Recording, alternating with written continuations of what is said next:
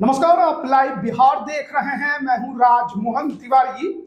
देखिए, 2025 विधानसभा चुनाव को लेकर लगातार हम अलग अलग सीटों की चर्चा कर रहे हैं और आज हम जिस विधानसभा सीट की चर्चा करने जा रहे हैं उसका नाम है महाराजगंज विधानसभा। जिला सिवान है लेकिन लोकसभा क्षेत्र महाराजगंज। इस सीट को लेकर इस बार 2025 में काफी पेच फंसता दिखाई दे रहा है, क्योंकि जो वर्तमान में विधायक हैं वो कांग्रेस के विजय शंकर दुबे हैं।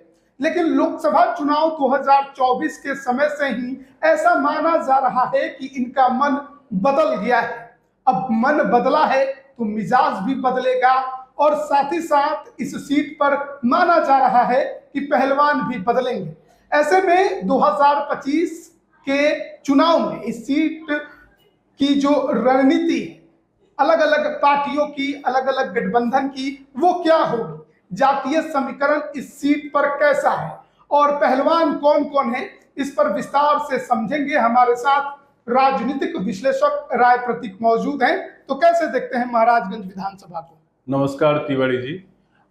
महाराजगंज विधानसभा क्षेत्र सिवान जिले की सीट है और महाराजगंज खुद में एक अनुमंडल है, खुद में एक विधानसभा है और खुद में एक लोकसभा क्षेत्र भी है। और महाराजगंज नाम से ही प्रचलित हो रहा है महाराजगंज, महाराजा। सारंग कमिश्नरी में महाराजा एक ही थे, हथुआ महाराज, जिनकी समूची सारंग कमिश्नरी थी लगभग और वो काफी प्राचीन भूमिहार ब्राह्मण का राजवंश रहा है, बहुत प्राचीन रहा है। तो हथुआ महाराज ने ही 1836 ईस्वी में महाराजगंज नाम दिया, उस शहर को बसाया। हथुआ महाराज द्वारा, इतिहास है, गेस्टेड है, 1836 ईस्वी में हथुआ महाराज के द्वारा महाराजगंज को का नामकरण हुआ और उसे बसाया गया।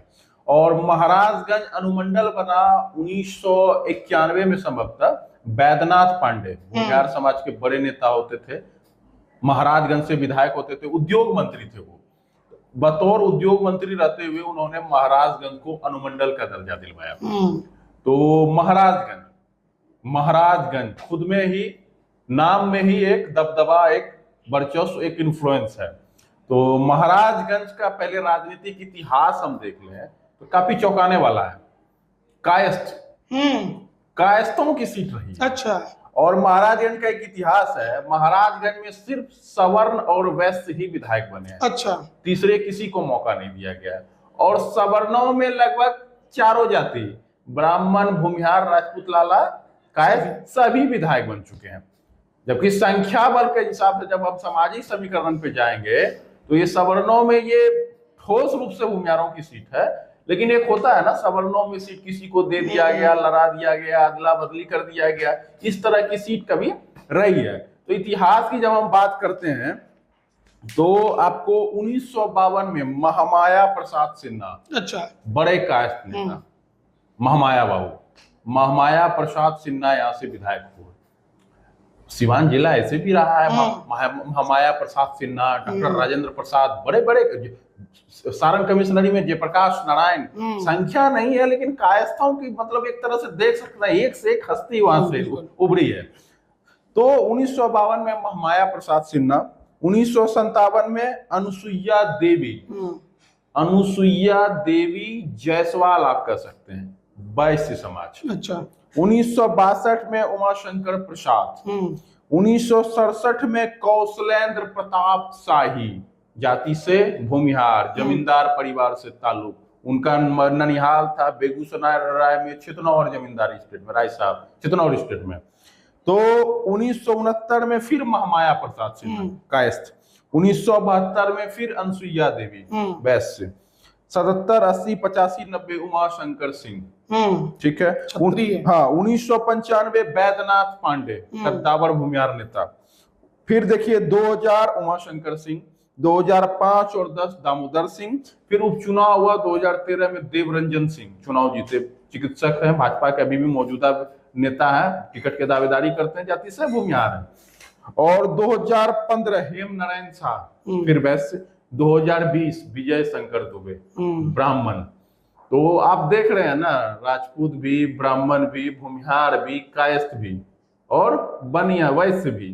तो इसी सब जाति के बीच में यहाँ से प्रतिनिधित्व तो रहा है। लेकिन जब हम इसके सामाजिक संरचना पे आएंगे तो थोड़ा सा चौंकाने वाला चित्र है।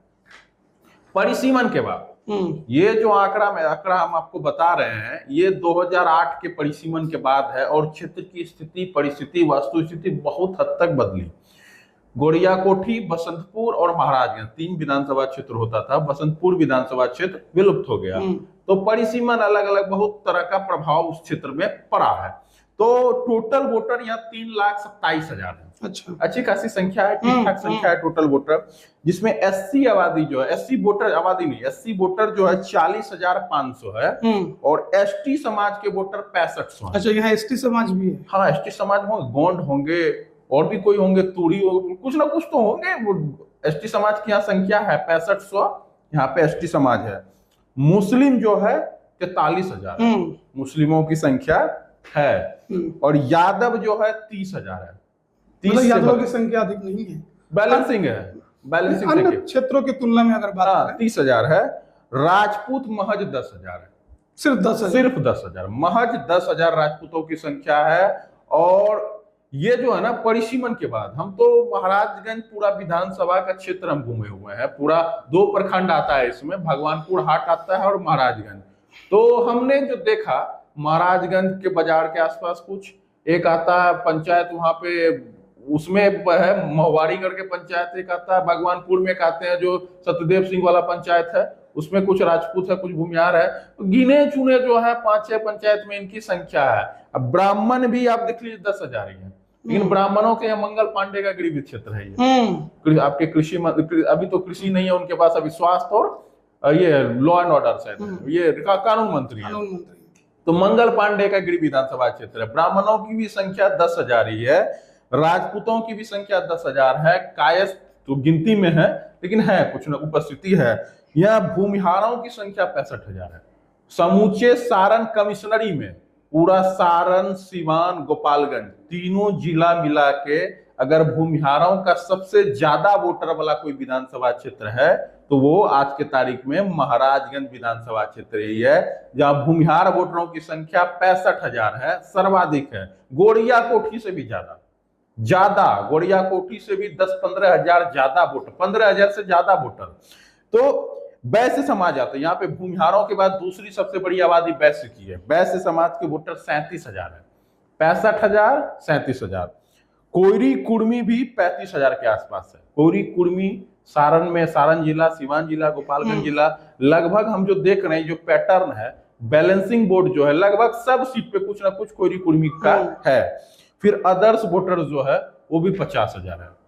तो अब देखना, एससी आबादी जो, एससी वोटर जो 40,500 है, इसमें भी तुरहा वगैरह की संख्या यहाँ पे ठीक ठाक है।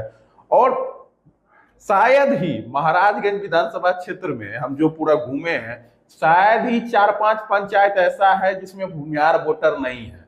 बाकी सभी पंचायत में भूमिहार वोटर है जो हम घूमे हैं। जैसे महाराजगंज विधानसभा जो स्टार्ट होता है, हजपुरवा पंचायत से शुरू होता है, जहां से हमने घूमना स्टार्ट किया था, तो उसमें भूमिहार नहीं है। उसके बाद से फिर सिर्फ भूमिहार सब पंचायत में। ठीक है, जब इतनी आबादी है तो जाहिर तौर पर बिल्कुल बिल्कुल बिल्कुल बिल्कुल बिल्कुल।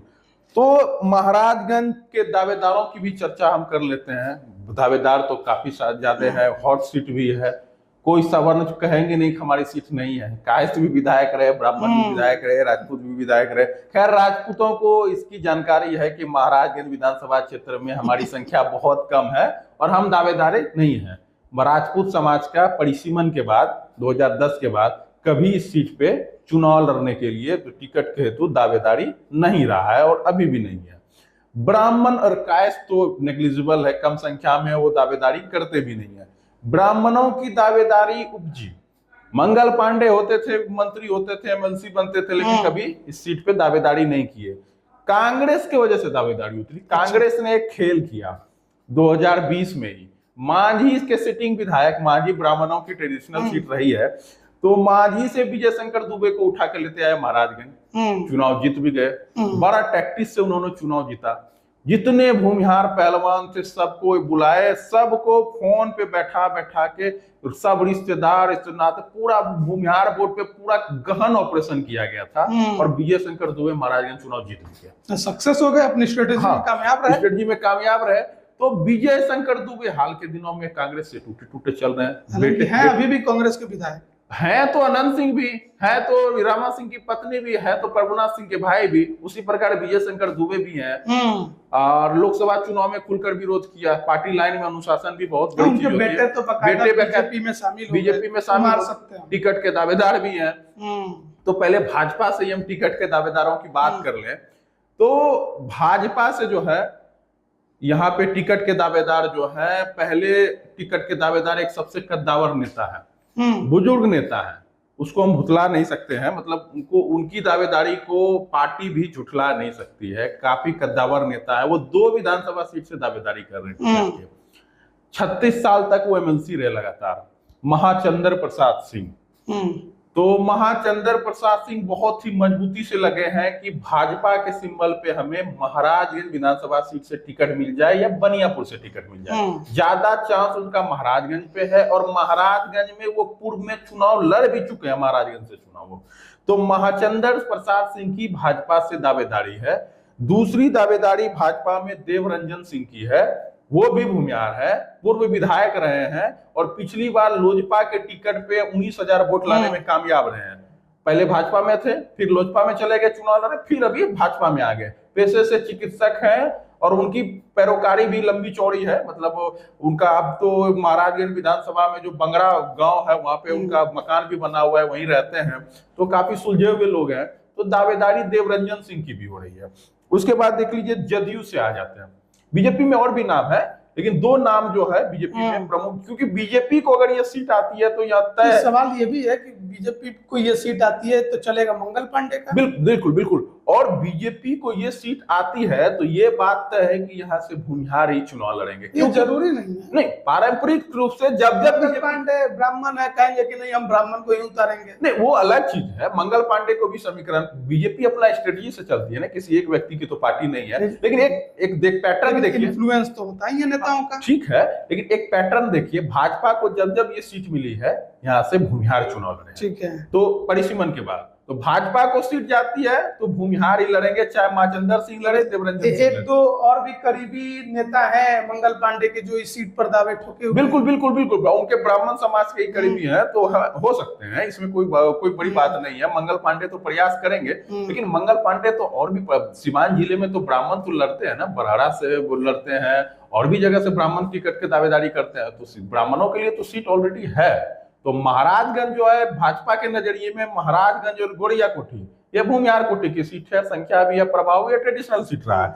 तो चलिए जदयू की बात करें। पूर्व विधायक हेम नारायण शाह पिछले बार लड़े भी थे, बनवई से समाज से आते हैं, दावेदारी कमजोर नहीं है। जदयू को सीट जाती है तो हेम नारायण शाह भी, और जदयू की दावेदारी ही मजबूत मानी जाएगी। मजबूत दावेदारी, बिल्कुल बिल्कुल दावेदारी लड़ती है। जदयू में भी ना एक हैवीवेट नेता चुनाव लड़ना चाह रहे हैं, उनकी भी भीतर से बैटिंग हो रही है। पूर्व मंत्री पीके शाही, अभी तो अधिवक्ता जनरल है वो, तो लोकसभा का भी चुनाव लड़े महाराजगंज से। तो इस बार विधानसभा का चुनाव नीतीश कुमार के लिए थोड़ा कठिन होने वाला है। तो बड़े बड़े धुरंधरों को मैदान में उतारने की तैयारी चल रही है। पीके शाही का घर जो है अगौता दरबार, वो भी जमींदार परिवार से ताल्लुक रखते हैं, वो आता है रघुनाथपुर विधानसभा क्षेत्र में। अच्छा, हाँ, तो महाराजगंज से सटा हुआ ही क्षेत्र है। तो पीके शाही के नाम की भी चर्चा है। अगर महाराजगंज में कुछ स्ट्रेटजी में जदयू का बदलाव होता है, अगर वैसे के जगह पे किसी भूमिहार को चुनाव लड़ाना हो, तो किसी हैवीवेट चेहरा को लड़ाना हो, तो पीके शाही भी नीतीश कुमार जी के लिए एक विकल्प के रूप में आ सकते हैं। और देख लीजिए राजद में, देख लीजिए टुन्ना पांडे एमएलसी रहे हैं, सिवान के नेता है टुन्ना पांडे। राजद से आपका संपर्क बड़ा अच्छा है और ब्राह्मण है, वोकल रहते हैं, अखिलेश सिंह के खेमे के माने जाते हैं। अखिलेश सिंह को खूब मदद किए थे, अखिलेश सिंह के लिए जबरदस्त बैटिंग भी किए थे। और भूमिहारों से इनका संबंध बड़ा बेहतर रहता है, क्योंकि ब्राह्मणों की संख्या है नहीं, लेकिन राजपूतों से नहीं रहता। तो टूना जी पांडे बैटिंग करेंगे, क्योंकि भूमिहार की सीट है, चाहेंगे हम भूमिहार के खेमे से बैटिंग करते हैं तो भूमिहार की सीट पे हमें मौका मिल जाए, तो टूनाजी पांडे का आरजेडी से नाम चल रहा, बशर्ते आरजेडी को ये सीट जाए तब, क्योंकि कांग्रेस की ये सिटिंग सीट है। और जहां तक हमें जानकारी है, कांग्रेस अपनी किसी भी सिटिंग सीट को छोड़ने वाली नहीं है, चाहे प्रत्याशी बदल जाए, लेकिन सिटिंग सीट वो छोड़ेगी नहीं। और वैसी भी सीट नहीं छोड़ेगी जहां उनकी हार 5,000, 8,000, 10,000, 12,000 तक के वोट से हुई, 10,000 तक के अंतर के वोट से हार हुई है, वो सीट भी कांग्रेस नहीं छोड़ेगी जहां वो मजबूती से लड़ी है, चाहे उसका हार नसीब हो, लेकिन वो सीट उसको छोड़ेगी नहीं। तो यहाँ पे कांग्रेस से जो है, आ जाते हैं दावेदारी की चर्चा में, कांग्रेस से विजय शंकर दुबे है, सिटिंग है, इधर उधर वाली कहानी आ रही है। दूसरे में नाम आया, ज्यादातर चर्चा है कि टिकट कट ही जाएगा, टिकट कट ही जाएगा। तो टिकट कट जाएगा तो यहाँ एक है प्रद्युम्न राय, जाति से भूमिहार है, सिवान क्षेत्र से, दरौंदा क्षेत्र से है, 4 बार के जिला पार्षद रहे हैं, तो इस बार हार गए हैं। कांग्रेस में काफी सक्रिय है और अखिलेश बाबू के लिए काफी मेहनत की है। कह नहीं रहे हैं कि कांग्रेस से टिकट मिलेगा, लेकिन दावेदारी है।